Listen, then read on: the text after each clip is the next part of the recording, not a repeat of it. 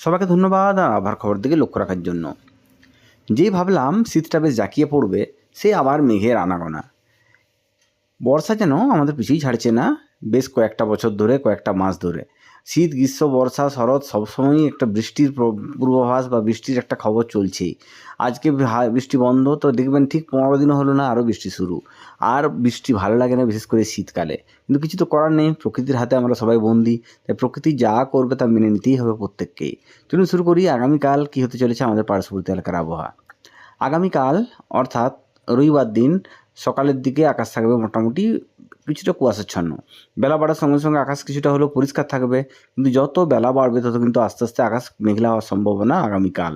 একদম ঘন অন্ধকার হয়তো হবে না, কিন্তু মোটামুটিভাবে একটা মেঘলা ভাব বা একটা ধোঁয়াশা ভাব কিন্তু কালকে সারাটা দিন থাকবে আমাদের দক্ষিণবঙ্গের আকাশে। সকালের দিকের পর থেকেই যত বেলা বাড়বে তত কিন্তু ধোঁয়াশা ভাব বা একটা মেঘলা ভাব কিন্তু তৈরি হবে পুরো দক্ষিণবঙ্গ জুড়েই। বিশেষ করে পশ্চিমাঞ্চলের জেলাগুলিতে, অর্থাৎ আমাদের জেলাগুলোতে পুরুলিয়া, বাঁকুড়া, পশ্চিম মেদিনীপুর, ঝাড়গ্রাম, 4টে জেলাতে সবথেকে বেশি কুয়াশাচ্ছন্ন ভাব বা মেঘাচ্ছন্ন ভাব একটা থাকবে সারাটা দিন।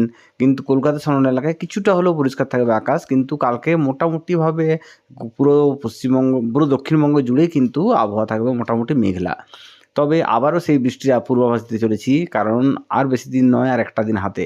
কালকে বৃষ্টির সম্ভাবনা একদমই নেই কোনো এলাকাতেই। তবে সোমবার দিন কিন্তু একটা বৃষ্টির পূর্বাভাস তৈরি হতে চলেছে আমাদের পার্শ্ববর্তী প্রায় কিছু কিছু জেলাতেই। তবে সবথেকে ভালো খবর হচ্ছে কলকাতা সংলগ্ন এলাকায় কিন্তু বৃষ্টির সম্ভাবনা নেই সোমবার দিনও। মেঘলা থাকবে আকাশ, একদম ঘন অন্ধকারে ঢাকা থাকবে কলকাতা বা তার সংলগ্ন এলাকাগুলোতে। কিন্তু সবথেকে বেশি বৃষ্টির সম্ভাবনা পুরুলিয়া, বাঁকুড়া, পশ্চিম মেদিনীপুর, ঝাড়গ্রাম। বিশেষ করে পুরুলিয়া এবং বাঁকুড়া জেলাতেই কিন্তু সবথেকে বেশি বৃষ্টির সম্ভাবনা আছে সোমবার দিন। একদম ভারী ঝমঝম করে বৃষ্টি হবে সেটা বলবো না, তো হালকা থেকে মাঝারি কিন্তু বৃষ্টির সম্ভাবনা সবথেকে বেশি প্রবল বাঁকুড়া এবং পুরুলিয়াতে। তারপরে বৃষ্টির সম্ভাবনা বেশি পশ্চিম মেদিনীপুর, ঝাড়গ্রাম। ফলে এটুকু বলতে পারি আমাদের পশ্চিমাঞ্চলের জেলাগুলিতে, অর্থাৎ পুরুলিয়া, বাঁকুড়া, পশ্চিম মেদিনীপুর, ঝাড়গ্রাম, বর্ধমান কিছুটা, এই এলাকাগুলোতে কিন্তু বৃষ্টির সম্ভাবনা সবথেকে প্রবল সোমবার দিন। তো সোমবার দিন সকাল থেকে বৃষ্টি হবে সেটা বলবো না, বৃষ্টি মোটামুটিভাবে দুপুরের পর থেকে শুরু হওয়ার সম্ভাবনা বেশি।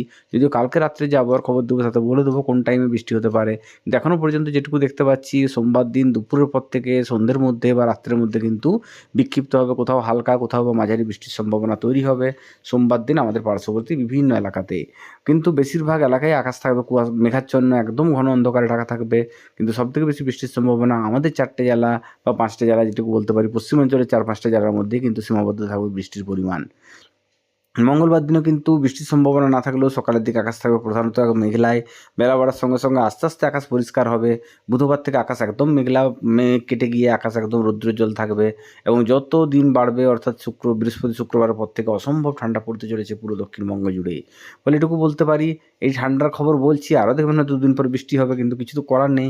কিন্তু কাল রবিবার মেঘলা হবে দুপুরের পর থেকে, এবং সোমবার দিন কিন্তু বিক্ষিপ্ত হবে বৃষ্টির সম্ভাবনা পুরো দক্ষিণবঙ্গ জুড়েই। আজকের মতো চললাম, কালকে আবার কথা হবে নতুন দিন আবহাওয়া নিয়ে। সবাইকে শুভরাত্রি।